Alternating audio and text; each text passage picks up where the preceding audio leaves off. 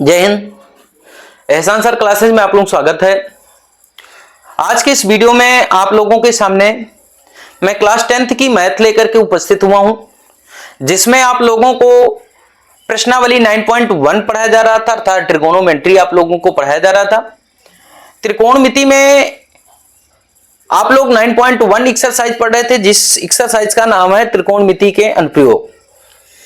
हम आपको बताया कि एक बुक में उसको ऊंचाई और दूरी कहा जाता है। ऊंचाई और दूरी क्यों कहा जाता है, इसको भी पहले वीडियो में आप लोगों को लेक्चर नंबर 1 में बता चुके हैं। अब फर्स्ट वीडियो को आप लोग मेरे जो प्ले स्टोर बनी हुई है चैनल, मेरे चैनल पे, उस पे जाकर के आप लोग देख लीजिएगा और पीछे की त्रिकोणमिति की जो क्लासेज हैं उसको भी देख लीजिएगा, क्योंकि 8.1 से लेके 8.3 तक की जितनी भी एक्सरसाइज हैं, अगर आपको नहीं आती हैं, जितने भी क्वेश्चन हैं आपको नहीं आते हैं, तो इसको समझने में आपको प्रॉब्लम होगी। आप लोगों से एक रिक्वेस्ट है कि वीडियो को लाइक करिए, शेयर करिए और आप लोग कमेंट जरूर किया करें। आप कमेंट नहीं करते, कुछ बच्चे तो बहुत अच्छा है, वो कमेंट करते रहते हैं, कमेंट जरूर किया करें। आपसे निवेदन है, रिक्वेस्ट है कि आप कमेंट किया करें। कमेंट करने से क्या होगा कि मुझे ऐसा लगेगा कि सामने वाला बच्चा देख रहा है, कुछ पढ़ रहा है, ठीक है ना। कुछ आपको पूछना हो, कुछ भी दिक्कत हो, डाउट हो, तो उसको आप लोग पूछिए और सभी बच्चों के पास आप शेयर करिए, पढ़ें। उससे आपके एक शेयर से किसी का फ्यूचर अच्छा हो सकता है, उसके फ्यूचर में उस 4 चांद लग सकते हैं, नंबर मार्क्स अच्छे आ सकते हैं यूपी बोर्ड की एग्जाम में। फिलहाल परीक्षा की दृष्टि से ये प्रश्नावली बहुत इंपॉर्टेंट है। इसमें क्वेश्चन नंबर 3 में हम देखते हैं। क्वेश्चन नंबर 3 है, चूंकि पहले वीडियो में आप लोग 2 क्वेश्चन पढ़ चुके हैं, तो तीसरा देखेंगे। एनसीईआरटी बुक से आप लोगों को पढ़ाया जा रहा है। क्वेश्चन नंबर 3 है, एक ठेकेदार बच्चों को खेलने के लिए एक पार्क में 2 फिसलन पट्टी लगाना चाहती है, मतलब लेडीज है। 5 वर्ष से कम उम्र के बच्चों के लिए वह एक ऐसी फिसलन पट्टी लगाना चाहती है जिसका शिखर 1.5 मीटर की ऊंचाई पर हो, ठीक है, और भूमि के साथ 30 अंश के कोण पर झुका हुआ हो, जबकि इससे अधिक उम्र के बच्चों के लिए वह 3 मीटर ऊंचाई की एक फिसलन पट्टी लगाना चाहती है जो जमीन के साथ 60 अंश का कोण बनाता हो। प्रत्येक स्थिति में फिसलन पट्टी की लंबाई बताइए, ठीक है ना। मतलब 2 फिसलन पट्टियां लगाएं, एक छोटे बच्चों के लिए जो 5 वर्ष की उम्र तक के हैं या उससे कम के हैं, और एक दूसरी फिसलन पट्टी उसने लगवाया जो 5 वर्ष से ज्यादा उम्र के बच्चे थे, उनके लिए उसने दूसरी फिसलन पट्टी लगवाया जिसकी लंबाई जो है भैया 3 मीटर है, ठीक है ना। जिसकी लंबाई कितने है भैया, 3 मीटर है। तो ये जैसे यहाँ पर पोल गाड़ना पड़ेगा तभी तो फिसलन पट्टी लगेगी। आप मेले वाले में जाते होंगे तो देखते होंगे वहां फिसलन पट्टी लगी रहती है, ठीक है ना।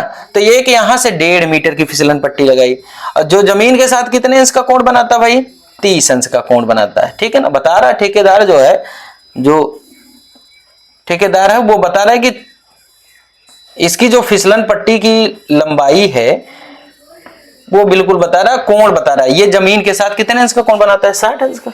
इसका नॉमिनेशन कर दिया जाए, इसका नाम ए लिखा जाए, इसका बी लिखा जाए, इसका सी लिखा जाए, इसका डी लिख दिया जाए। इस फिसलन पट्टी की लंबाई 1.5 मीटर है। कितना है, 1.5 मीटर है। ये फिसलन पट्टी की लंबाई 3 मीटर है, ठीक है ना।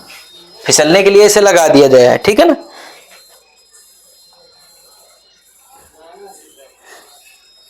प्रत्येक स्थिति में फिसलन पट्टी की लंबाई, सॉरी गलत लिखा है इसमें, देखिए फिगर जो है इसका ध्यान दीजिए। 5 वर्ष से कम उम्र के लिए ऐसी फिसलन पट्टी जिसका शिखर 1.5 मीटर की ऊंचाई पर हो, सॉरी इसका शिखर यहां से भैया 1.5 मीटर की ऊंचाई पर है, ठीक है। फिसलन पट्टी की लंबाई तो पूछ रहा है, और इसका कितना है, 3 मीटर, ठीक है। अब देखिए त्रिभुज ए बी सी में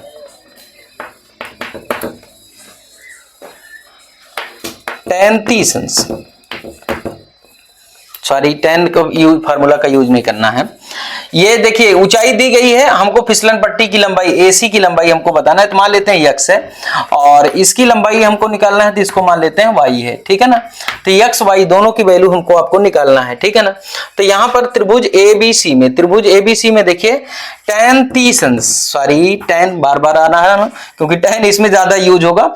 देखिए ये कर्ण है, ये लंब है, तो कर्ण लंब किस में आता है, साइन में आता है भैया, ठीक है। साइन 30 अंश बराबर आपका क्या हो जाएगा, लंब बटे कर्ण, लंब आपका 1.5 है, कर्ण आपका कितना है, x निकालना है, कर्ण तो फाइंड ही करना है, इसकी वैल्यू 2 होगी, 1.5 बटे x हो जाएगा।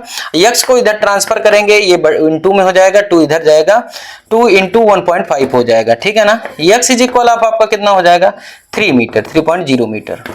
ये आपका आंसर हो जाएगा। पहली फिसलन पट्टी की जो लंबाई है वो आपका हो गया, ठीक है ना, ये आंसर आ गया। अब इसी प्रकार से सेम दूसरी फिसलन पट्टी की जो है लंबाई आपको निकालना है। मेरा वीडियो चलने दीजिए, अब आप लोग निकालिए, ठीक है ना। देखिए हम आपसे पहले लगा लेते हैं कि आप हमसे पहले लगा लेते हैं, थोड़ा सा आगे बढ़ने की कोशिश करा करें आप लोग। यदि नहीं करेंगे तो आप अच्छे जीवन में नहीं बनेंगे।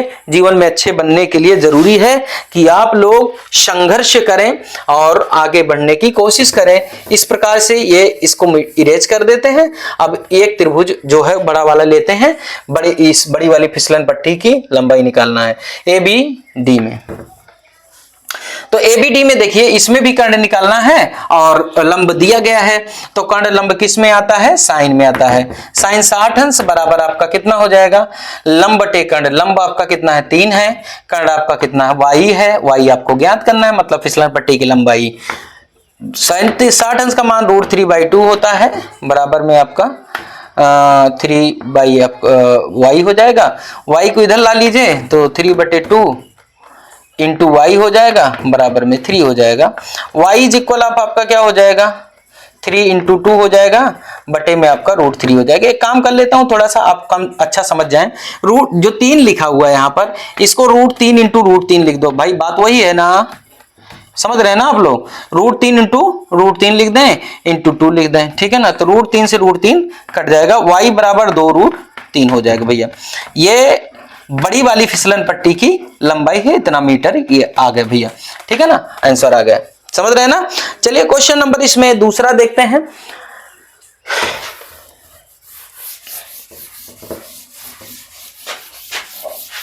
कमेंट करके बिल्कुल बताइए कि अच्छा लग रहा है वीडियो, कैसा लग रहा है, बिल्कुल कमेंट करिए आप लोग, ठीक है ना। क्वेश्चन नंबर 3 हो गया आपका। क्वेश्चन नंबर 4 देखते हैं। क्वेश्चन नंबर 4 में आपको बताया गया भैया कि भूमि के एक बिंदु से जो मीनार के पाद बिंदु से 30 मीटर की दूरी पर है।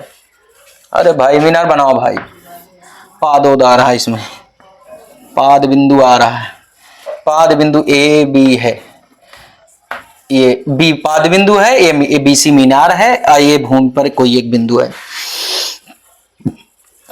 अब यहां पर देखिए इसमें कह रहे हैं कि भूमि के एक बिंदु से जो मीनार के पाद बिंदु से 30 मीटर की दूरी पर, कितना बड़ा अजीब बात बता रहा है, 30 मीटर की दूरी पर छोटी सी चीज, मीनार के शिखर का उन्नयन कोण, शिखर का उन्नयन कोण यहां से देखेंगे भाई तभी हो पाएगा ना। शिखर का उन्नयन कोण 30 अंश का है भैया।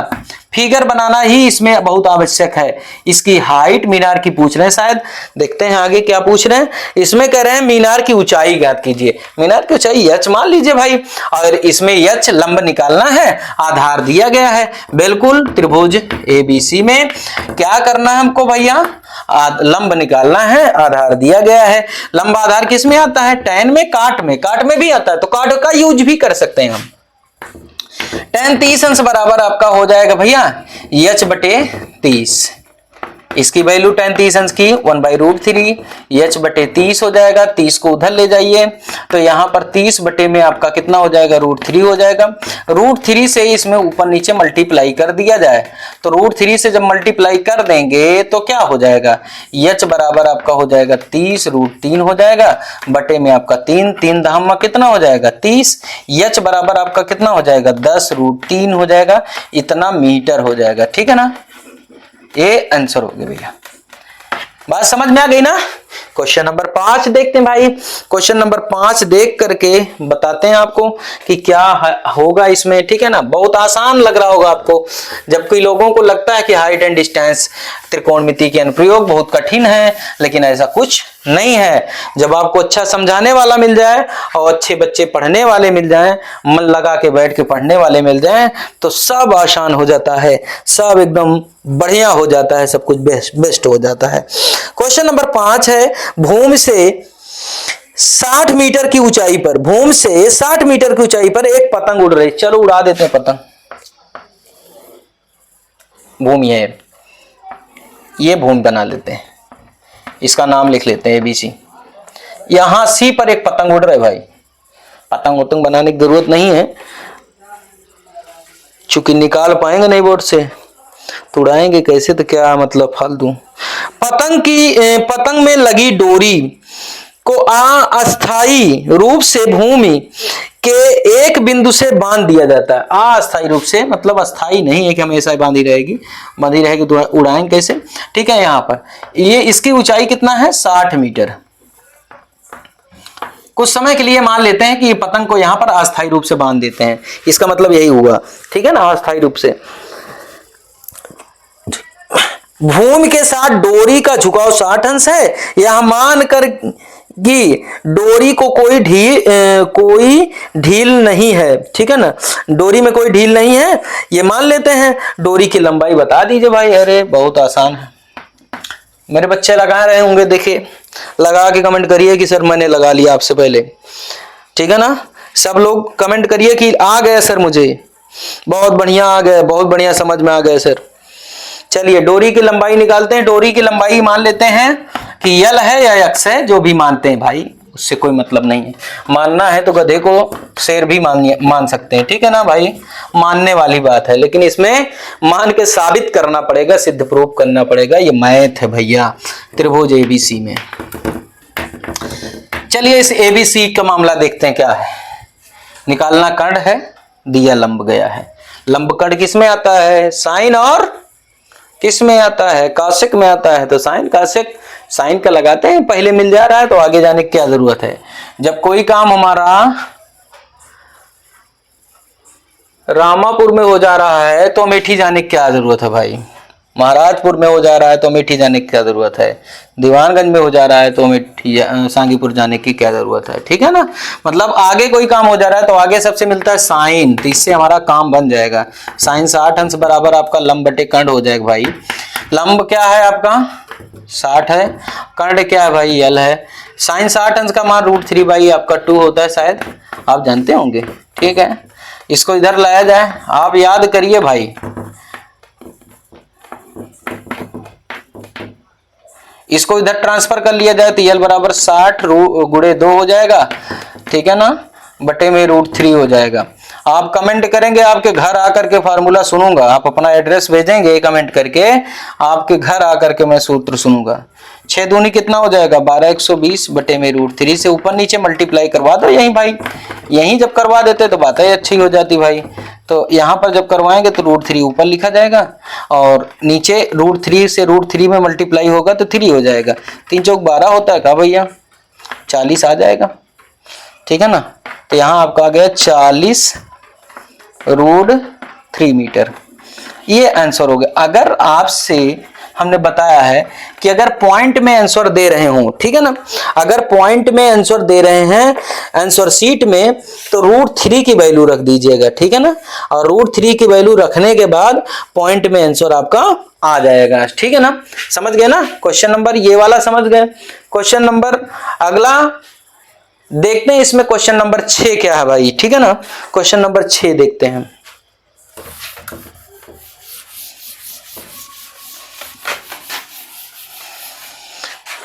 क्वेश्चन नंबर 6 है भाई, क्या है पढ़ते हैं भाई। 1.5 मीटर लंबा एक लड़का 30 मीटर ऊंची भवन के ऊंचे एक भवन से कुछ दूरी पर खड़ा है। चलिए एक भवन बनाता हूं भाई, एक भवन बन गया आपका, और यहां पर एक लड़का बना देता हूं भाई, ऐसे भैया तो लड़का बना देते हैं, ये लड़का मान लीजिए किस तरह से मॉडल में है, कितना मीटर लंबा है लड़कुआ? लड़कुआ लंबा है 1.5 मीटर, 1.5 मीटर लंबा है।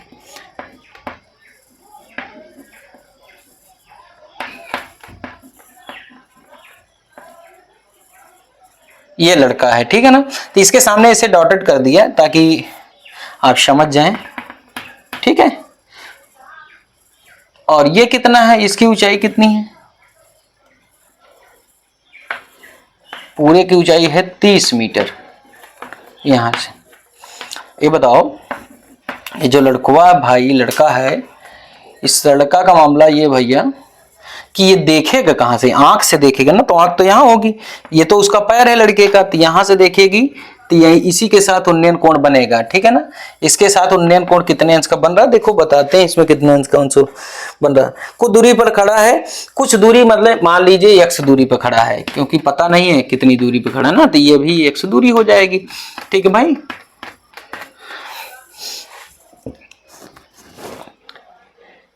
वह ऊंचे भवन की ओर जाता है तब उसकी आंख से भवन के शिखर का उन्नयन कोण 30 अंश से 60 अंश हो जाता है। बताइए कि वह भवन की ओर, ठीक है ना, वह भवन की ओर कितनी दूरी पर चलकर गया? देखो भैया, इसको ना मानो तो ज्यादा अच्छा होगा। ये कह रहे हैं कि लड़का चला और कुछ दूरी पे पहुंचा, मान लीजिए यहां पर पहुंच गया, तो यहां से पहुंचा तो x ये मान लेते हैं, अब दूरी ये बचती है y, इसको मान लेते हैं, ठीक है ना। इसके बीच की दूरी मतलब ये भवन है, भवन की तरफ x दूरी चला, इसका 30 अंश कोण है, इसका कितना है 60 अंश। बात समझ रहे हैं ना आप लोग? जो देखिए लड़का यहां से देख रहा है, तो ऊपर की बात आपको देखना है। यहां से हम इसकी हाइट निकाल लेते हैं कितनी होगी भवन की, क्योंकि नीचे का जो 1.5 मीटर है उसका कोई मतलब नहीं रहेगा। तो 30 में से 1.5 घटा देंगे, तो यहाँ पॉइंट के बाद 0 लगाएंगे, ये 10 हो जाएगा, 5 बचेगा, यहाँ 29 में से 1 घटेगा, 28 हो जाएगा, 28.5, वही लिख दिया हूं मैं, ठीक है ना। ये हाइट हो गई। अब हमको क्या बताना है कि ये लड़का यहां से भवन की ओर कितना दूर चला, x दूर चला है। तो पहले इसमें 2 ट्रायंगल बने हुए हैं भैया, ABCD तो लिख दिया आसानी से, E लिखते हैं, F लिखते हैं, और यहां पे लिखते हैं G, ठीक है ना। समझ रहे हैं ना आप लोग? तो एक ट्रायंगल ले लीजिए, ट्रायंगल GCD में, कोई भी ट्रायंगल ले लेते, उससे कोई मतलब नहीं, ठीक है। GCD में देखिए tan, देखो y आपको निकालना है, ये लंब दिया गया, लंबाधार tan में ही मिलता है। tan 60 अंश बराबर आपका हो जाएगा 28.5 बटे y। tan 60 अंश का मान √3, 28.5 बटे y को इधर ट्रांसफर किया जाए तो √3y 28.5, y इज इक्वल आपका क्या हो जाएगा 28.5 बटे √3 से ऊपर नीचे मल्टीप्लाई करेंगे तो आपका हो जाएगा 28.5 √3 बटे में 3 हो जाएगा, 3 9 27, 9 त्रिक 27 होता है ना भैया, 9 त्रिक 27 हो गया, और उसके बाद 1 बचा, 3 पचे 15 हो जाएगा, ठीक है। तो y बराबर आपका आ जाएगा 9.5 √3, ये y की वैल्यू हो गई। समझ रहे हैं? अब आप पूरे ट्रायंगल में देखिए, पूरे ट्रायंगल में, ट्रायंगल ECD में tan 30 अंश बराबर आपका क्या हो जाएगा, यहां से यहां तक पूरी दूरी क्या है, x प्लस वाई है ना भैया। तो वही 28.5 बटे में x प्लस वाई। यहां पर जगह कुछ बची हुई है इसमें सॉल्व किया जाता है। फिर और जगह नहीं रहेगी तो आगे बढ़ते हैं, ठीक है। तो इसमें देखिए tan ईसेंस का मान 1/√3 और ये जो इस तरफ है ये बटे में आ जाएगा, इधर सॉरी बटे में इधर आए गुणे में आ जाएगा और यहाँ 28.5 हो जाएगा। x plus y is equal of 28.5 root बटे इंटू √3। ये √3 बटे में है, इधर जाए गुणे में हो जाएगा। इसकी वैल्यू रख दीजिए y की, कितना है 9.5 √3, समझ रहे हैं। अब इसको इधर ट्रांसफर कर लीजिए 28.5 √3, इसको इधर ट्रांसफर कर लीजिए तो 28.5 √3 माइनस 9.5 √3। देखो फिगर की कोई जरूरत नहीं, फिगर तो मिटा देते हैं ना, हमको x की वैल्यू यही फाइंड करना है, फिगर मिटा देते हैं, ठीक। तो इसको घटा लेते हैं तो x बराबर आपका आ जाएगा भैया, x बराबर मेरा आ जाएगा यहां पर 5 में 0 हो गया और 28 में से 9 गए तो 19 हो जाएगा, ठीक है। 19 9 28 होता है तो ये उसके बाद √3 यहां आ गया आपका 19 √3, ठीक है, इतना मीटर। आप ये कहेंगे कि अतः लड़का 19 भवन की ओर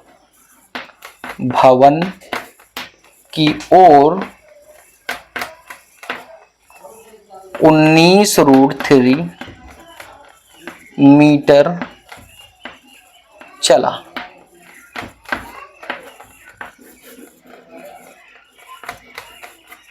ये आंसर हो गया। बात समझ रहे हैं ना आप लोग, समझ गए सब लोग, ठीक है ना। वीडियो कैसा लगा कमेंट करके बताइए। वीडियो देखने के लिए धन्यवाद, थैंक यू वेरी मच। अगला टॉपिक जो क्वेश्चन नंबर 7 पढ़ेंगे अगले वीडियो में पढ़ेंगे, तब तक के लिए आप लोगों से अलविदा लेते हैं। नमस्कार, धन्यवाद।